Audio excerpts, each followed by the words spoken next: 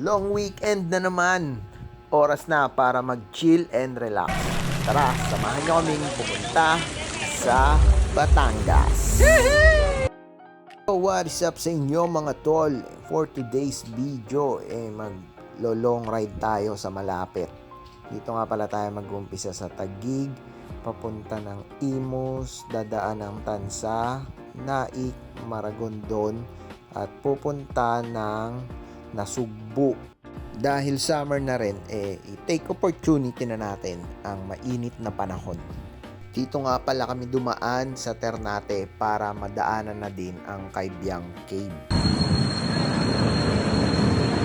Hey, Kabyang! Birthday ko ngayon! Mag-dinner man ako! Shortcut na nga din pala to papunta ng Nasugbu. Makakabawas na kami ng 10 kilometer. Malaking tulong na yon dahil sa napakamahal ng gas ngayon na pumapatak ng 95 pesos per litro. Diba? Grabe naman. At nung makarating na nga kami dito sa aming pupuntahan, eto ang aming nakita.